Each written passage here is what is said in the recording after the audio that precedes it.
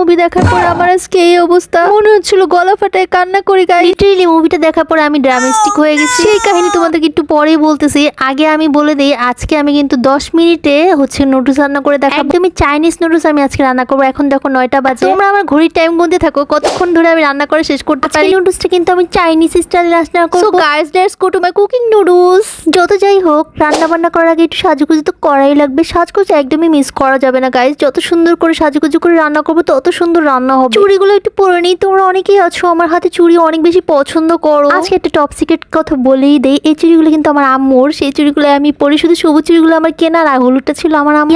রামফা packet নিয়ে আসছে আমার আম্মু বাজার থেকে কিনা, কারণ আমাদের পাশে প্রতিদিন নুডলস চলে গাইস। অনেক আফামনি আমাকে কমেন্টস করেছে যে আমার হাতে রান্না নাকি তার অনেক বেশি পছন্দ, তাই আমার রান্না আগ্রহ অনেক বেশি বেড়ে গেছে। এখন তো একদল এসে জিজ্ঞেস করবে এই নুডলসটার দাম কত। গাইস আমি আগেই বলে দিচ্ছি, এটা একদম 150 টাকা প্যাকেট। 1 কেজি বা আধা কেজি বা 1.5 কেজি ছিল মেবি। তো এখান থেকে অল্প একটু নুডলস আমি নিয়ে নিয়েছি। সেখানে একটু লবণ দিয়ে আমি জাস্ট নুডলসটাকে সিদ্ধ করে নেব। অবশ্যই খেয়াল রাখতে হবে নুডলস যেন একদম পুরোপুরি হালুয়া না হয়ে যায়। অনেকে কিন্তু হালুয়া করে ফেলে। হালুয়া করলে নুডলস কিন্তু চাইনিজ হবে না গাইস। পাতলা থেকে নুডলস নামাইতে যে প্যাকেটটা খাইছি, নুডলসটা ঢালার পরে তারপরে এটাকে আমি পানি মানে ঠান্ডা পানি দিয়ে সুন্দর সুন্দর করে ধুয়ে নেব। নুডলস অলওয়েজ আমি একটু বেশি তেল দিয়ে রান্না করি। আজকে পুরো নুডলসটা রান্না করব শুকনা মরিচ দিয়ে, কোনো কাঁচা মরিচ ইউজ করব না। জাস্ট গাইস তুমি খালি দেখো, পরে রসুন একটু বেশি করে দিয়েছি আর পেঁয়াজটাও একটু বেশি করে দিয়েছি। মজা হবে না যাবে কই। তো আজকে নুডলসটা না মজা হইলে তো খবর আছে। আগেই তোমাদেরকে বলে নিয়েছি আমি নুডলসটা চাইনিজ স্টাইলে রান্না করবো। সো তোমরা দেখতে থাকো। রসুনটা একটু বেশি দিয়েছি, শুকনা মরিচ দিয়েছি আর পেঁয়াজ কিন্তু একটু বেশি করে দিয়েছি। এখন একটু পানি দিয়ে দেবো সয়া সস, তারপর দিয়ে দেবো একটু ভিনিগার, কারণ ভিনিগারটা দিলে নুডলসটা মানে আমি জাস্ট বাসায় চিলি সস ছিল না, তাই আমি এটাকে চিলি সস বানানোর ট্রাই করতেছিলাম। দেন গাইস দিয়ে দেবো চিনি। চিনিটা কিন্তু 2 চামচ দিবে, এর চেয়ে বেশি দিবে না, কিন্তু বেশি মিষ্টি হয়ে যাবে। তারপরে আমি দিয়ে দিয়েছি হচ্ছে কি টেস্টিং সল্ট। এটা না দিলে একদমই মজা লাগবে না। নেক্সট ইউজ করছি হচ্ছে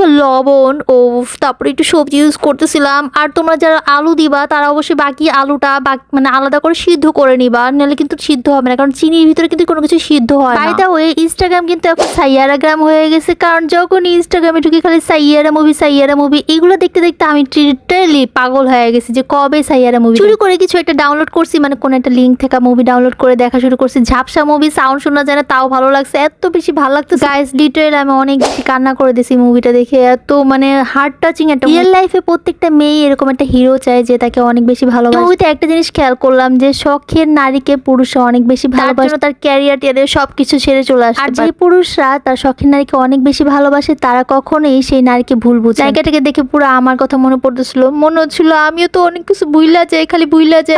গাইস বাস্তব জীবনে আমার মতো ভুলকার মেয়ের কোনো নায়ক যে নাকি সাইয়ারা মুভির নায়কের মতো অনেক বেশি ভালোবাসতো। আসলে জীবনে কিছু লাকি মেয়েরা এরকম একটা ভালোবাসার মানুষ পায় যে নাকি অনেক বেশি তাকে জীবনের রূপবতী হওয়ার চেয়ে ভাগ্যবান হওয়াটা অনেক বেশি জরুরি, কারণ একজন পুরুষের শখের নারী হওয়া অনেক বড় ভাগ্যের ব্যাপার। এই মুভিতে একটা হার্ট টাচিং জিনিস হচ্ছে, কোনো মেয়ের যদি বিয়ে ভেঙে যায় বা ভালোবাসার মানুষ ছেড়ে চলে যায় তাহলে একটা মেয়ে কতটুকু ব্রেন অ্যাটাক্ট হয় সেটাই বোঝানো হয়। ভালোবাসার মানুষ ছেড়ে যাওয়ার কষ্টগুলো না মেয়েরা কখনোই সহ্য করতে পারে। আবার ভালোবাসার মানুষের কোনো ক্ষতি হোক তার কারণে সেটাও কিন্তু মেয়েরা চায়। একটা মেয়ে সবকিছু ভুলে যেতে পারে কিন্তু তার ভালোবাসার মানুষকে কখনোই ভুলে যেতে পারে না। তোমরা যারা এখনো সাইরা মুভি দেখোনি তারা অবশ্যই দেখে নিবা, জাস্ট অসাম একটা। গাইস আমার নুডলসটা কিন্তু মিস করো না, সেটা কিন্তু বাসায় রান্না করে দেখো, অনেক বেশি মজা হয়েছিল। Thanks for watching, tata.